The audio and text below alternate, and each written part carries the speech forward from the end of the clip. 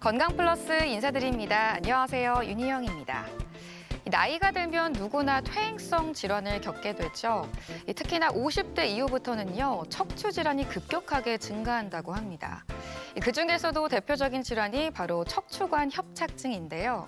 이 척추관 협착증은 치료 시기를 놓치게 되면 극심한 통증은 물론이고요, 심하면 마비까지 올 수 있다고 합니다. 건강플러스 오늘 함께 알아볼 주제는 노인성 척추 질환이죠. 척추관 협착증에 대해 자세히 살펴보겠습니다. 척추관 협착증은 척추 내부의 신경 통로인 척추관이 좁아지면서 신경을 압박해 통증을 유발하는 질환이다. 주로 퇴행성 변화에 의해 인대가 두꺼워지거나 뼈가 돌출되면서 공간이 좁아지고 이로 인해 신경이 눌리면서 허리뿐 아니라 엉덩이, 허벅지, 종아리까지 통증과 저림 증상이 나타난다. 척추관 협착증은 척추를 둘러싼 여러 가지 관절, 그리고 디스크, 그리고 황색인대라는 여러 가지 복합적인 척추를 보호하고 있는 물질들이 나이가 드시면서 퇴행성 변화를 일으켜서 이것들이 척추를 압박하게 되는 질환군을 통틀어서 척추관 협착증이라고 말을 드립니다. 퇴행성 변화가 일어나기 때문에 나이가 드신 분들이 많이 생기시고요. 지금은 고령화 사회가 진입하면서 척추관 협착증을 앓고 계신 분들이 점차 우리나라에서는 증가하는 추세입니다. 척추관 협착증은 자연스러운 노화 현상이라고 생각해 방치하는 경우가 많다. 하지만 치료가 늦어지면 보행장애는 물론 마비까지 올 수 있어 조기 진단과 치료가 무엇보다 중요하다. 오늘 TV 주치의에서는 퇴행성 질환인 척추관 협착증에 대해 자세히 알아본다. 네, 오늘 도움 말씀 위해 가톨릭대학교 대전성모병원 정형외과 김영일 교수 나오셨습니다. 교수님 안녕하세요. 네, 안녕하세요. 네. 교수님, 오늘의 주제는 이제 척추관 협착증입니다. 흔히 척추하면 우리 몸을 지탱하는 기둥이라고도 많이 표현을 하는데요. 우선 척추는 우리 몸에서 어떤 기능들을 좀 담당하고 있을까요? 네, 그 기둥이라는 표현이 굉장히 적절한 표현인 것 같습니다. 척추의 주요 기능으로 우리가 생체 역학적으로 보통 이제 세 가지의 주요 기능이 있다고 얘기를 하고 있습니다. 네. 첫 번째는 이제 머리와 상체의 모든 체중을 골반 하체로 전달하는 유일한 뼈가 척추입니다. 옆에서 저희가 좀 무서운 뼈 사진을 보여주고 있지만 네. 이 상체에 달린 모든 뼈들이 지금 하체로 연결될 때 유일하게 남아있는 가운데 있는 뼈가 척추입니다. 근데 이런 척추가 아까도 말씀 주셨듯이 기둥 역할을 하긴 하지만 움직이는 기둥 역할을 해야 되는 거죠. 그러니까 다양한 각도로 움직임이 있어야 되기 때문에 우리가 이제 피겨 스케이팅 선수처럼 허리가 많이 휘어지거나 아니면은 역기 선수처럼 역도를 들 때 힘을 지탱하는 많은 역할들을 또 감당을 해야 되는 게 이 척추입니다. 그러면서도 그 안쪽에 척수 신경이나 신경근을 보호하는 그걸 싸고 있어서 보호하는 역할, 요 세 가지의 기능을 척추의 세 가지의 주요 기능이라고 얘기를 하고 있습니다. 네. 말씀해 주신 대로 척추는 우리 몸에서 움직임, 그리고 신경을 보호하는 정말 중요한 역할을 담당하는데요. 자, 그럼 이 척추는 어떻게 생겼을지 이 척추의 구조도 좀 살펴보면 좋을 것 같습니다. 예, 척추는 일단 척추뼈가 있습니다. 척추뼈는 앞쪽에 척추체라는 몸통이 있고요. 그 사이사이로 우리가 힘을 완충시켜주는 추간판, 우리가 다른 말로 디스크라고 하는 것들이 존재를 네. 하고요. 그 뒤쪽으로 이제 신경을 감싸고 있는 여러 가지 구조물들 중에 이제 신경이 존재하고 그 뒤에 후관절과 척추경이라는 구조물들이 존재를 하는데요. 이 척추경과 척추경 사이에 신경근이 나오면서 다리 쪽으로 내려가는 각각의 신경을 담당하는 모양으로 구성이 되어 있습니다. 네. 자, 그럼 오늘의 질환과 관련된 척추관은 어디에 위치해 있고 또 어떤 기능을 담당할까요? 네, 척추관은 말뜻 그대로 척추와 척수를 싸고 있는 관입니다. 이걸 관이라고 표현하는 이유는 앞쪽에 있는 척추체와 뒤쪽에 있는 척추경과 후궁이라는 구조물이 마치 어떤 관의 형태로 모양이 돼 있기 때문에 우리가 이것을 척추관이라고 표현을 하고 있고요. 이것을 신경이 지나는 통로입니다. 이제 여러 뼈들이 척추에 존재하기 때문에 이것들이 연결되는 모양들을 쭉 살펴보면 하나의 관처럼 연결돼 있다 그래서 척추관이라고 표현을 하고 있습니다. 네, 말씀해주신 대로 신경이 지나가는 통로를 우리가 척추관이라고 하는데요. 자, 그럼 이 통로가 좁아졌다라는 게 오늘의 주제인 척추관 협착증이 아닐까 싶습니다. 예, 아마 말뜻 그대로 척추관이 협착이 돼 있다는 뜻은 좁아졌다는 뜻이겠죠. 네, 근데 척추관 협착증은 척추관이 좁아지면서 신경이 눌리는 병입니다. 척추관의 중심이나 외측방, 추간공 외 등이 좁아져서 우리가 알고 있는 가운데 신경인 마미나 하나하나의 신경근을 압박해서 요통이나 방사통, 그리고 간헐적 파행이나 뭐 심하면 보행 장애나 배뇨나 배변의 장애들이 생기는 다양한 신경 질환을 전체 통틀어서 일컬는 말을 저희가 척추관 협착증이라고 표현을 하고 있습니다. 보통 이제 허리 통증과 다리 통증이 유발되면서 시작이 됩니다. 네. 자, 그럼 이 척추관 협착증, 척추관은 도대체 왜 좁아지는 걸까요, 교수님? 척추관 협착증의 원인은 굉장히 여러 가지가 있겠죠. 일생을 살아가면서 허리를 안 쓰고 살아가는 사람은 없을 겁니다. 허리를 쓰다 보면은 추간판 탈출이 생길 수 있고요. 그다음에 퇴행성 추간판의 골극이라고 뼈가 작게 자라는 경우들이 있습니다. 그러면서 아까 보여드렸던 황색인대라고 네. 척추관의 뒤쪽을 보호하는 인대가 있는데요. 이것들이 이제 나이가 들면서 점점 두꺼워진다. 이 두꺼워지는 거 우리가 비후라고 얘기를 하는데요. 네. 이것이 두꺼워지는 것도 하나의 원인이 될 수 있고요. 또 하나는 앞쪽에 디스크가 있다면 뒤쪽에는 움직임을 허용하기 위해서 관절이 존재합니다. 그걸 우리가 척추의 후관절이라고 얘기를 하는데요. 네. 이 후관절이 계속 일을 하시다 보면 이 일에 적응을 해서 점점 커집니다. 이걸 이제 비대라고 얘기를 하는데요. 네. 그래서 후관절이 비대해서 그것이 신경을 누르는 경우도 발생을 합니다. 이런 여러 가지 노화로 인해서 퇴행성 변화에 의해서 여러 가지 원인으로 척추관이 좁아지게 되는 거죠.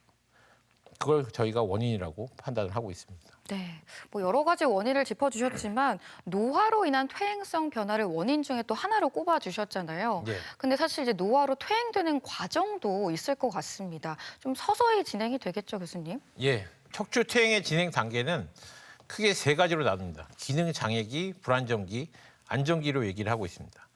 디스크는 조금 다른 문제인데요. 디스크는 20대가 되면 바로 퇴행성 변화가 시작이 됩니다. 그래요? 예, 그 10대까지는 우리가 안에 있는 디스크의 성분이 다른데요. 20대가 딱 되는 순간 바로 이제 퇴행성 변화가 시작이 되는. 그렇더라도 이게 어느 정도 기능을 유지하고 있다가 이제 기능을 어느 정도 잃게 되면 척추 후관절의 관절막으로 스트레스를 전달하게 됩니다. 그러면서 이제 관절막이 변화가 되고 이 디스크도 작은 추간판 같은 것들이 조금씩 생기기 시작하는 걸 우리가 기능 장애이라고 생각하시면 되고요. 요거는 20대부터 30대 정도에 발생을 하게 됩니다. 네. 그리고 이제 불안정기라 그래서 추간판 높이가 아무래도 나이가 드시면서 감소하고 이제 키가 줄어들게 되겠죠. 디스크가 얇아진다는 건가요? 그렇죠. 예, 추간판 높이가 감소하는데요. 이러면서 이제 디스크 체중 부하 정도가 디스크 쪽에서보다는 후관절 쪽으로 체중 이동을 하게 되죠. 그럼 네. 척추 후관절은 이 받은 자기의 스트레스를 후관절로 체중 전달이 증가함에 따라서 후관절이 나도 일을 많이 해야 되니까 점점 비대해지는 거예요. 네. 그러면서 후관절 관절막이 늘어지고 그러면서 전방으로 빠지기도 하고 이런 신경공의 변화로 의해서 좁아지는 시기를 우리가 불안정기라고 얘기를 하고요. 그다음에 이것은 또 우리 몸에서는 이거를 또 방어하기 위해서 과도한 뼈가 형성이 됩니다. 그러면서 이게 골극이라고 얘기를 하는데요. 이런 뼈들이 형성이 되고 추간판의 퇴행성 변화로 인해서 추간판 사이가 붙어버립니다.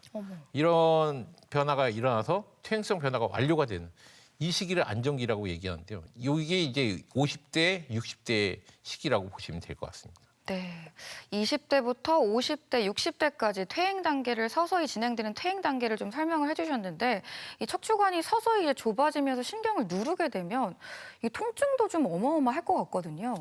예, 척추관 협착증의 주요 증상은 일단 허리가 아프신 분들이 되게 많습니다. 네. 대부분의 허리 통증들은 한 번씩 다 경험을 하셨고요. 네. 대표적으로 이제 파행이라는 특징적인 증상이 있습니다. 네. 그리고 다리 저림이나 발가락이나 발 등 이쪽에 감각이 이상하다.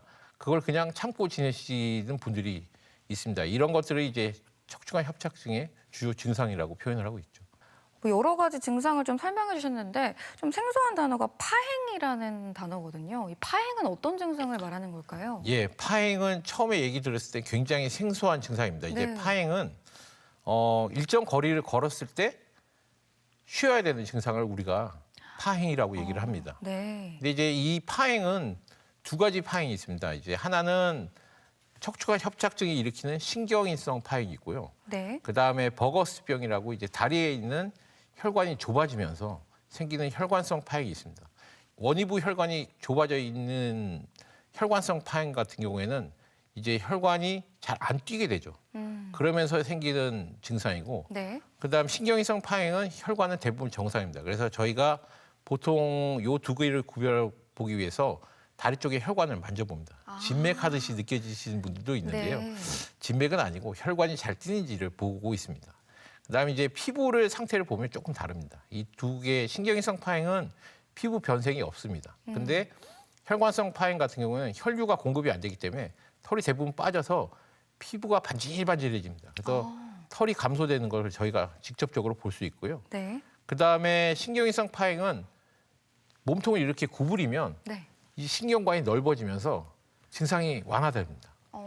근데 혈관성 파행은 이런 자세와는 전혀 연관성이 없습니다.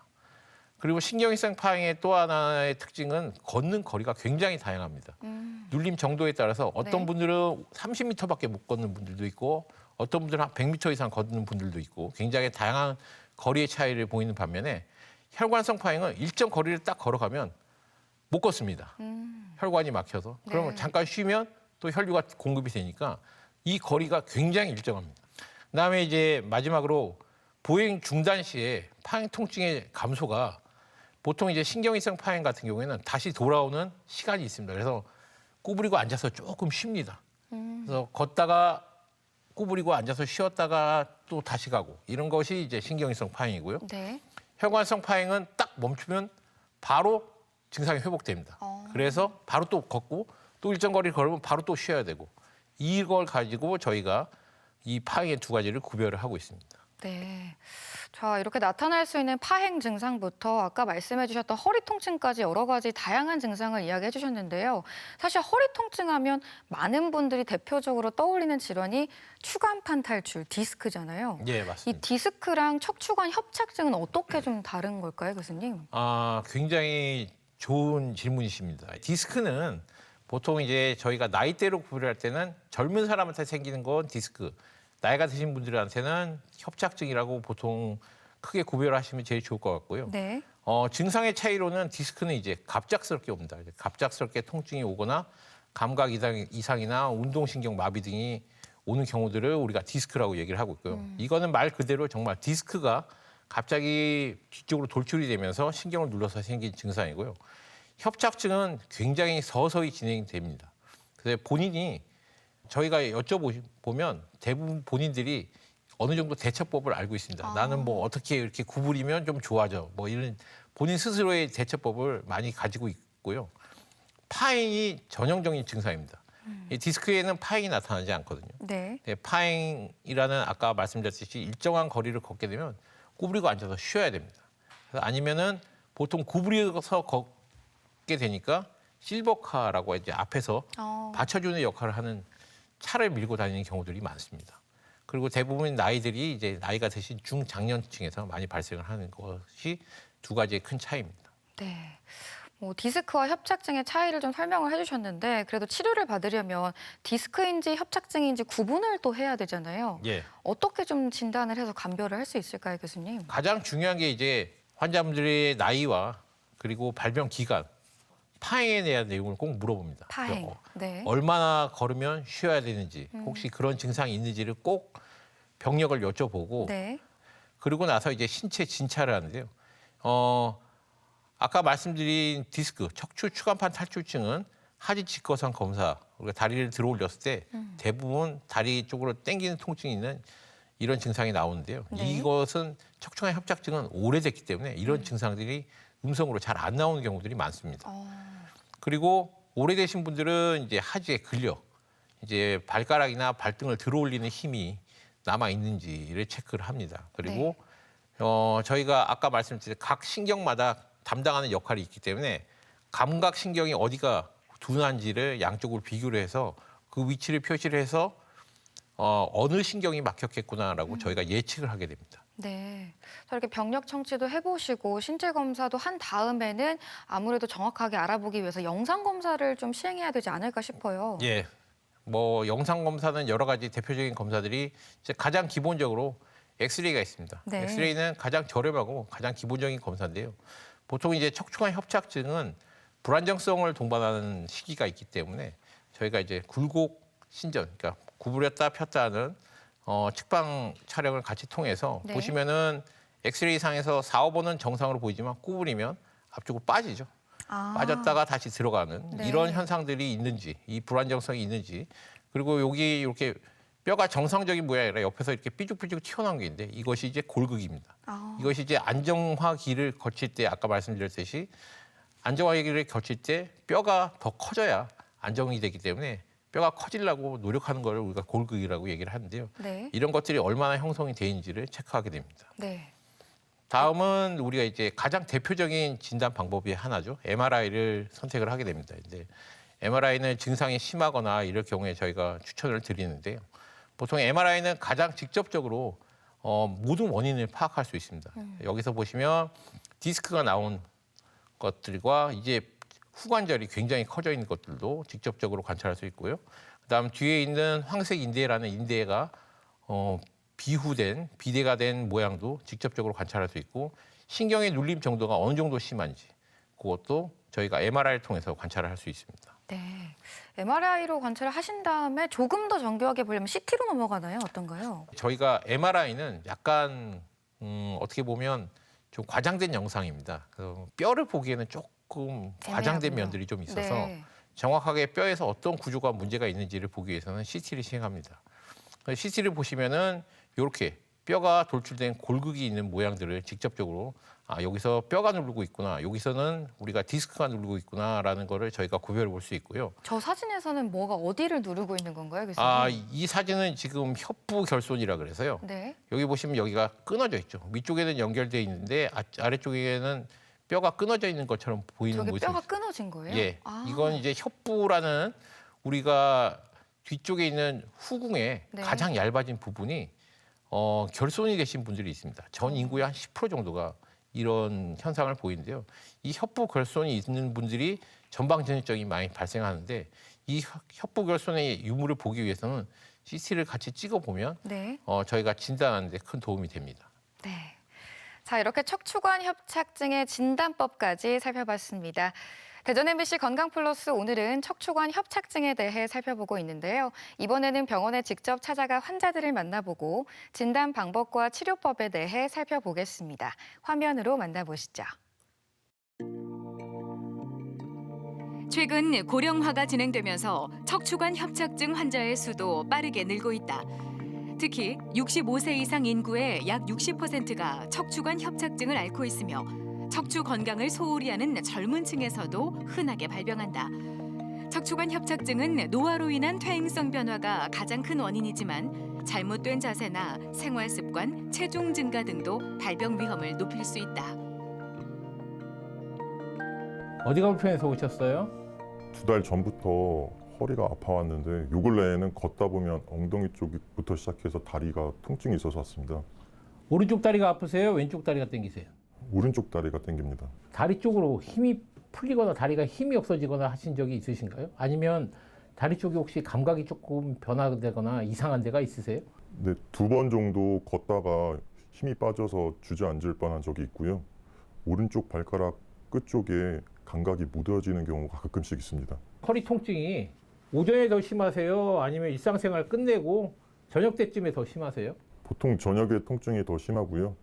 또 잘 때는 또 이상하게 또 통증이 없습니다. 척추관 협착증의 대표적인 증상은 걸을 때 다리가 저린다는 것이다.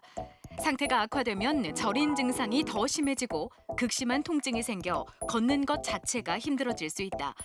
또한 발바닥에 닿는 느낌이 둔하거나 양말을 신은 느낌이 드는 감각 이상도 나타날 수 있다.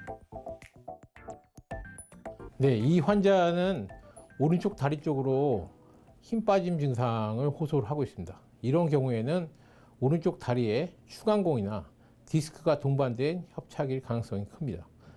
이런 경우에는 한쪽 신경근에 치료를 집중을 하게 되면 증상이 호전돼서 일상생활을 다시 영위할 수 있는 경우들이 많기 때문에 적절한 검사를 통해서 이 환자의 치료 가능성을 판단을 해볼 수 있을 것 같습니다.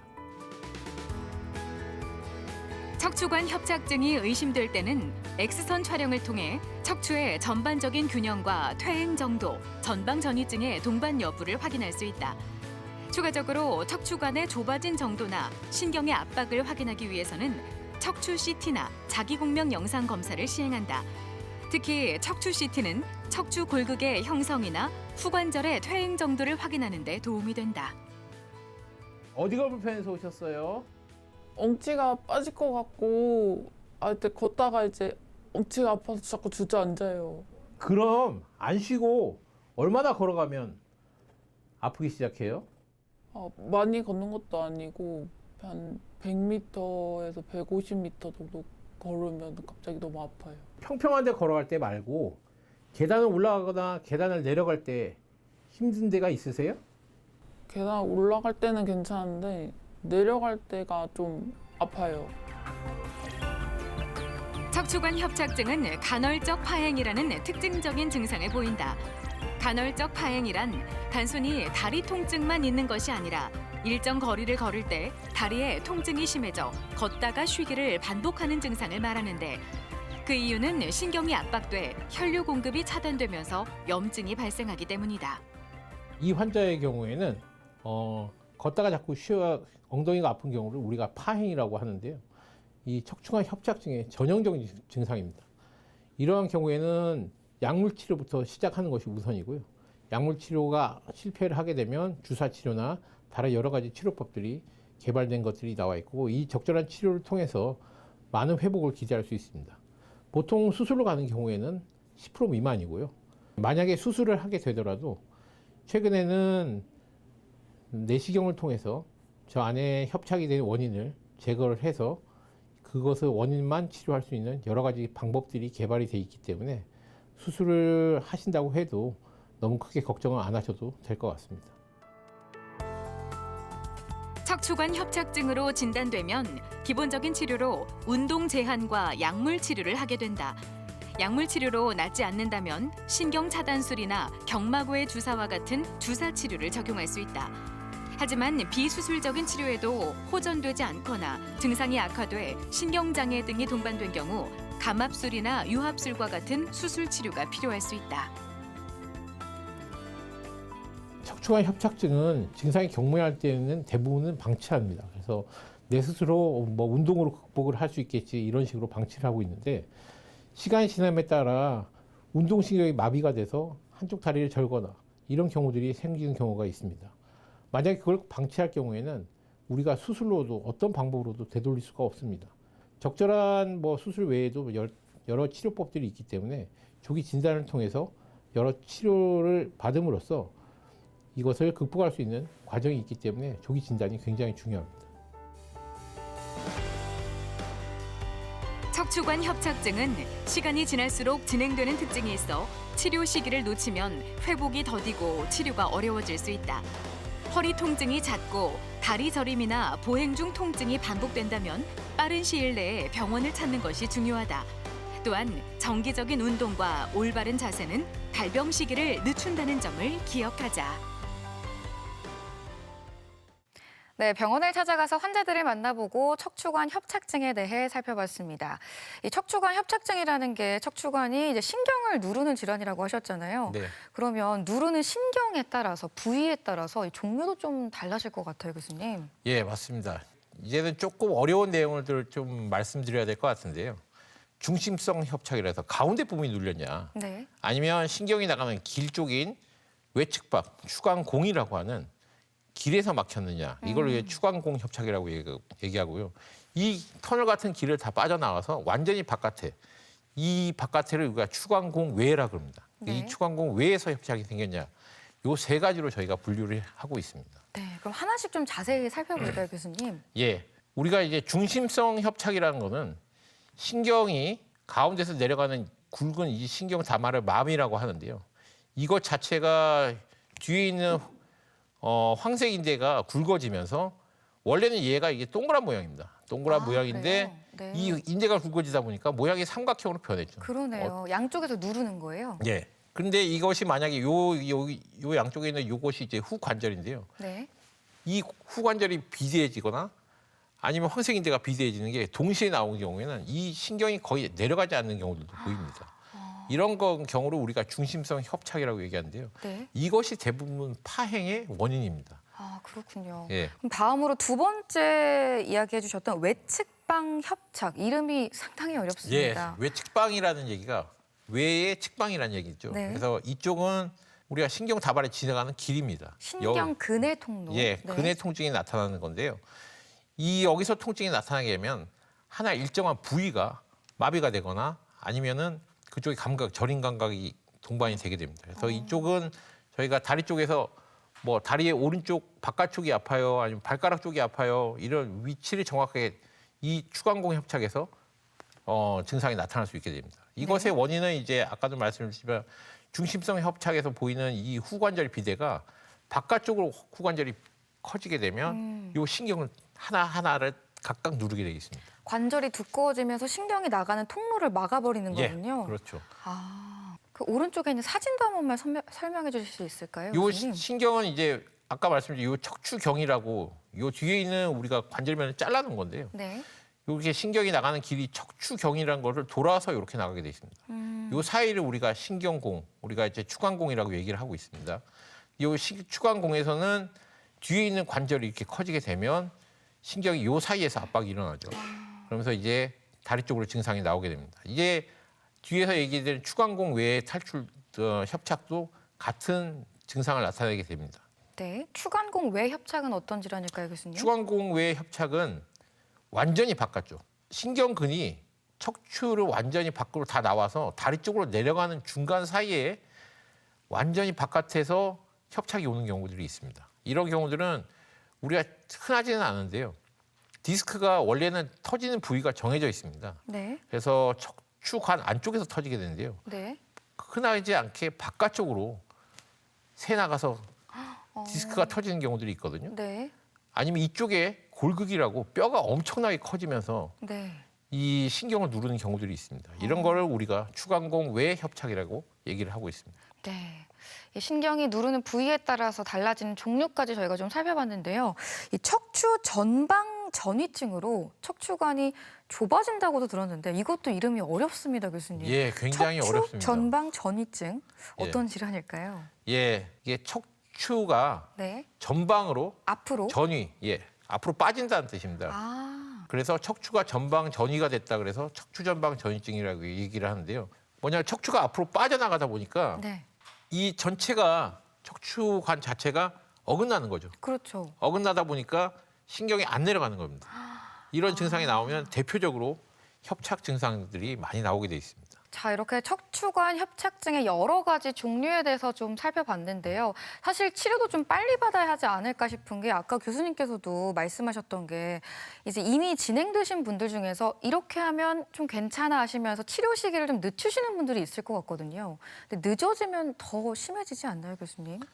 예, 늦어지면 심해지는데 이제 경과와 치료를 전체적으로 보고 나면 네. 점진적으로 굉장히 진행이 되기 때문에 네. 본인이 이제 어느 정도 알고 있죠. 네. 야, 내가 허리에 문제가 있지만 겁이 나. 그래서 이게 허리 문제인가? 아니면은 다리가 왜 이러지? 예전처럼 걷지 못하겠다. 네. 이런 것들을 본인이 어느 정도 알고 있죠. 어느 순간 어느 날 갑자기 일어났더니 거리가 짧아져 있더라. 이런 경우들은 거의 없고요. 네. 대부분 조금씩 걷는 게 조금씩 줄어든다라고 본인이 느끼고 있습니다. 네. 근데 이제 다행스러운 거는 일부는 자연적으로 이 시기를 지나게 되면 아까 말씀드렸죠. 안정화 시기가 돌아오면서 자연적으로 좋아지는 경우들이 있습니다. 그렇군요. 예. 근데 이제 그때 자연적으로 좋아지지 않으면 저희가 이제 약물 치료를 하죠. 이제 소염 진통제나 근이완제, 신경을 안정화시켜주는 약들을 같이 쓰고 나면 요 경과가 자연적으로 호전이 되어 있는 경우들도 있습니다. 네. 그래서 이것을 전부 다 수술로 생각하시면 안 되고요. 협착이 있으면 다 수술해야 되냐? 절대 아닙니다. 절대 아니고 경한 경우나 어느 정도 거리가 일정하게 걸어갈 수 있는 경우들은 약물 치료를 통해서도 충분히 정상적인 기능을 회복할 수 있습니다. 네. 수술까지 가지 않기 위해서는 이 평소에 운동 같은 것도 좀 열심히 해야 되지 않을까 싶어요, 교수님. 예, 운동을 무조건 하시는 게 제일 좋습니다. 왜냐하면 저는 이제 신전 운동을 항상 강화를 하라고 얘기하는데요. 신전 운동이요? 예, 허리를 펴는 운동입니다. 허리를 뒤로 제끼는 운동을 얘기를 하는데요. 일상생활을 할 때 구부리는 일은 굉장히 많이 합니다. 하지만 피는 거는 운동으로 하는 경우들이 거의 없습니다. 그러네요. 예, 거의 없기 때문에 이거는 일부러 좀 신전 운동을 좀 해주셔야 됩니다. 그래서 협착이 있으신 분들은 집에 가시면 항상 이 매트 위에서 좀 피는 운동을 많이 해서 허리 뒤쪽의 근육을 강화해서 네. 아까 말씀드린 척추전방 전이증 같은 경우에는 뼈에 문제가 생기면 근육의 힘으로라도 버틸 수 있게 이런 허리 신전 강화 운동을 좀 강조를 하고 있고요. 그다음 제일 중요한 것 중에 하나가 이런 의자에 앉거나 네. 어떤 바닥에 앉을 때 정자세를 유지를 해서 척추의 모양이 유지가 될 수 있게 하는 게 굉장히 중요합니다. 그래서 올바른 자세를 유지해라. 막 엉덩이를 빼고 이렇게 의자에 앉고 이런 것들을 못하게 제가 항상 추천을 드리고 있습니다. 네. 자, 이렇게 허리 근육이 강화될 수 있는 운동과 약물 치료를 했음에도 호전이 안 되는 경우가 있잖아요. 예. 그럼 환자분들이 저 무조건 수술해야 하나요? 라고 물어보실 것 같은데 예, 안 되면 바로 수술인가요? 어떤가요? 아닙니다. 제가 말씀드리는 것은 항상 할 수 있는 걸 다 해봅시다. 수술 말고 할 수 있는 걸 다 해보자고 말씀드리고요. 이게 악화가 되거나 더 나빠지신 분들이 있습니다. 그럴 경우에는 우리가 이제 주사 치료를 넘어가게 돼 있습니다. 그래서 네. 순차적으로 이제 신경 차단술이라고 경막 외에 우리가 이제 스테로이드라는 염증을 낮춰주는 약하고 그다음 리도킨이라고 신경 마취제죠. 마취제를 섞어서 투입을 하게 되면 원래 이제 신경 자체가 압박이 되게 되면 이게 붓습니다. 염증에 의해서. 부어서 압박이 더 심해지게 되는데 네. 이 염증을 빼주는 역할을 하는 거죠. 그러면서 어느 정도 염증이 빼주고 나면 공간이 생기니까 당분간 또 괜찮게 잘 지내신 분들이 많습니다. 그래서 여기까지만 치료를 해도 네. 굉장히 좋아지시는 분들이 많아서 실제로 수술로 가서 수술을 하시는 분들은 10% 미만입니다. 그럼 네. 보존적 치료를 어느 정도까지는 유지할 수 있는 거군요, 예, 교수님. 그렇습니다. 그러면 보존적 치료까지 다 했어요. 약물 치료도 하고 운동도 하고 이런 시술까지 했는데도 수술을 받아야 하는 경우가 있잖아요. 예. 어떤 경우일까요, 교수님? 이제 치료가 필요한 경우들은 아주 심한 경우들로 한정을 짓고 있습니다. 보통 이제 지속적인 하지의 통증이 너무 심해서 삶의 질이 유지가 안 되시는 분들이 있습니다. 그래서 이것은 딱 이거가 생기면 수술을 해야 됩니다라는 게 아니라 본인들이 걷는 거리가 너무 짧아서 정말 옆집도 못 가겠다. 이 정도가 되거나 그러면 본인들이 이제 치료를 다 해보고 안 되겠다 싶으면 저랑 이제 수술을 상의를 하고 오는 경우들이 있고요. 네. 저희는 보통 최소한 2, 3개월 정도는 이런 약물 치료나 주사 치료 이런 것들을 다 해서 환자들이 가능하면 수술을 안 하고 치료할 수 있는 방법들을 최대한 제시를 해드립니다. 그래서 심하지 않은 신경 증상이 있을 경우에는 보통 수술을 서두르실 이유가 전혀 없습니다. 네. 하지만 이제 그것에도 예외가 있죠. 예외가 있는 거는 이제 갑자기 다리가 이게 뚝 떨어져서 못 걷거나 이런 신경 장애가 갑자기 너무 심해지거나 네. 아니면 1, 2번인 그 척추 1, 2번이나 2, 3번 쪽에서 이제 신경이 갑작스럽게 눌리게 되면 네. 대소변의 기능 장애가 옵니다. 그래서 대변이 조절이 안 되거나 소변이 줄줄 새거나 네. 이런 경우에는 저희가 빨리 조기에 감압수를 시행을 해야 되는 수술의 절대적인 적응증이 되겠습니다. 네. 이런 경우 외에는 대부분 이제 환자들한테 치료 선택권을 드리고 있고요. 이제 가장 중요한 것 중에 하나가 아까도 말씀드린 엑스레이, MRI, CT 그리고 제가 말씀드렸던 임상 증상 이런 것들이 정확하게 일치를 해야 됩니다. 일치를 해야 수술하는 사람의 입장에서는 이것이 수술을 해서 정말 좋아질 수 있겠다라는 확신이 들어야 이 모든 검사들이 일치를 해야 거기를 수술을 해서 환자들이 증상이 좋아지게 할 수 있기 때문에 영상 촬영 소견과 환자의 증상이 정확하게 부합이 해야 수술을 결정하고 있습니다. 네. 자, 그럼 여러 가지 조건들이 부합됐을 때 이제 수술을 진행을 하실 텐데요. 수술 방법에도 한 2가지 정도로 나뉜다고 들었습니다. 어떤 수술법들이 있을까요? 예, 요즘은 이제 환자분들이 많이 알고 있는데요. 저는 쇠가 들어가나요, 안 들어가나요? 항상 노인분들이 물어보시는 게 그건데요. 네.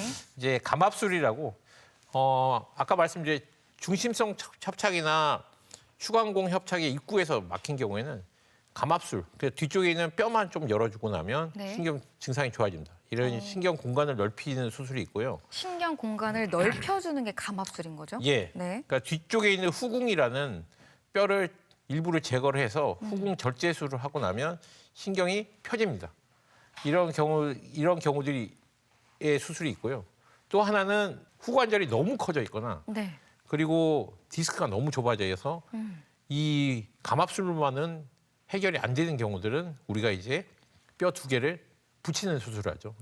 이때 유압술이라 수술을 하게 됩니다. 이때는 네. 보통 이제 척추경이라고 아까 말씀드린 요 척추경에다가 나사를 삽입을 해서 네. 아랫뼈와 윗뼈를 연결해 주는 수술을 하게 돼 있습니다. 자, 그러면 유합술에 대해서 조금 더 자세히 살펴보면 좋을 것 같습니다. 이게 총 명칭이 사측방 유합술이거든요. 예. 어떤 의미일까요? 기울어졌다는 뜻이죠. 그래서 배 앞쪽에서 우리가 이제 배 척추가 가운데 아까 중심에 있다고 말씀드렸잖아요. 네. 여기를 배 앞쪽을 통해서 우리가 복막을 앞쪽으로 밀게 되면 척추로 바로 접근이 가능합니다. 그래서 손가락 하나를 넣어서 디스크를 만진 다음에 여기다가 위치를 표시하는 가이드를 하나 넣고 나서 네. 직접적으로 디스크를 제거하고 그 안에다가 인공뼈를 넣어서 디스크의 모양을 제대로 잡을 수 있는 방법이 나와 있습니다. 가장 중요한 특징 중에 하나가 이제 옆구리 쪽에서 접근을 하게 돼 있고요. 네. 디스크 공간을 저희가 손가락으로 딱 만지게 되면 바로 그쪽으로 감압을 시킬 수 있습니다. 그리고 근육 손상이 저희가 손가락 들어가는 정도만 들어가고 그러네요. 그거를 잡을 수 있는 우리 가이드가 있습니다. 네. 그 가이드를 넣고 수술하기 때문에 근육 손상이 최소화되고 굉장히 빠르게 회복합니다. 이 사진은 이제 디스크가 나와 있는데요. 네. 이거는 이제 직접적으로 디스크를 제거하는 게 아니고 이 사이에다가 디스크 사이에다가 우리가 인공뼈를 넣고 나면 좁아진 디스크를 쭉 물려댈 수 있습니다. 그럼 뒤쪽으로 튀어나와 있는 디스크나 후관절이 쭉 늘어나면서 이렇게 펴지게 됩니다. 이것을 통해서 증상이 굉장히 많이 좋아지게 할 수 있습니다. 그리고 아까 이제 사측방 유합술이 나사, 그 못이 들어간다고 말씀해 주셨잖아요. 예. 그 과정도 좀 보여주실 수 있나요? 사측방 유압술은 저는 이제 2번에 나눠서 수술을 하게 되는데요. 왜 2번에 나눠서 수술하냐면 비직접적 감압술이기 때문에 이 디스크를 찾아서 디스크 안에다가 이런 우리 가이드를 넣고 나서 네. 이 디스크에다가 표시를 하고 여기다가 저희가 직접적으로 인공뼈를 집어넣게 돼 있습니다. 이걸 집어넣고 나서 네. 아무 증상 없이 잘 걸으면 뒤쪽에서 피부만 열고 핀만 집어넣는 방법이 있습니다. 그래서 네. 환자의 증상을 확인하고 뒤쪽에서 핀을 넣게 돼 있습니다. 그래서 술 전에는 보통 이렇게 요 신경이 이렇게 신경이 요 동그란 까만 점이 이제 신경인데요. 네. 신경이 디스크나 뒤쪽에 있는 관절에서 눌려 있지만 이렇게 눌려 있죠. 이렇게 눌려 있는데 그러네요. 술 후에는 이것이 쭉 올라가면서 여기가 신경이 제대로 보일 수 있게 펴지게 됩니다. 신경이나 이런 걸 직접적으로 저희가 건드리지 않기 때문에 네. 일단 통증 자체가 굉장히 적습니다. 방금도 교수님께서 말씀해 주셨지만 신경의 건드림도 없고 침습도 굉장히 적어서 예. 사측방 유합술을 많이들 선호하실 것 같은데 예. 사측방 유합술의 장점도 좀 몇 가지 설명해 주시면 좋을 것 같아요. 장점은 이제 최근에 유행하는 이제 최소 침습적 방법인데요. 네. 이 내시경이랑은 다르게 내시경은 최소 침습적이지만 이걸 아까 말씀드린 유압술에 특화되어 있지는 않습니다. 하지만 요거는 이제 유압술을 할 수 있는 장점이 있고요. 요 아까 말씀드린 요 리트렉터라는 관을 통해서 저희가 인공뼈를 삽입하기 때문에 수술이 굉장히 짧습니다. 보통 이제 1시간 이내로 수술 시간이 굉장히 단축이 됐고요. 수술하고 다음 날부터 보조기 차고 바로 걷기 때문에 회복이 굉장히 빠릅니다. 네. 그리고 일단은 제일 중요한 것 중에 하나가 통증이 확실히 적습니다. 그렇죠. 신경도 안 건드리고 침습도 적고 하니까 통증도 적겠네요. 예. 진짜 여러 가지로 장점이 좀 많은 것 같습니다. 자, 그러면 많은 분들이 궁금해하실 게 수술하고 회복기는 한 어느 정도 가지면 될까요? 궁금해하실 것 같거든요. 어느 정도 걸릴까요? 보통은 저희가 이제 조기 보행 하루 이틀 사이에 바로 걷기 시작합니다. 걷는 거는 금방 걷기 시작하고요. 뭐 다음 날부터 바로 이제 서 있고 걷기, 보조기 착용을 하고 재활을 바로 시작을 하고요. 보통 입원은 이제 상처가 날 때까지 한 1주에서 2주 정도 필요한 만큼 입원을 하게 돼 있습니다. 그래서 굉장히 빠른 회복을 보이고 있습니다. 자, 이렇게 수술 후 회복기까지 좀 살펴봤는데 사실 이제 척추관 협착증이 퇴행성 질환이기는 하지만 그래도 이왕이면 최대한 좀 늦추고 싶잖아요. 예. 평소에 예방할 수 있는 예방법이 있다면 어떤 것들이 있을까요, 교수님? 예, 제일 중요한 것 중에 하나가 예방법인데요. 이제 규칙적인 운동을 해주시는 게 중요합니다. 왜냐하면 허리 근육이 어느 정도 있어야 척추뼈가 할 수 있는 역할을 근육이 어느 정도 담당을 하게 이제 역할을 분담하는 거죠. 등산이나 계단 오르고 내리는 거는 추천드리지 않고요. 평지만 열심히 걸으셔라 말씀을 드리고 있습니다.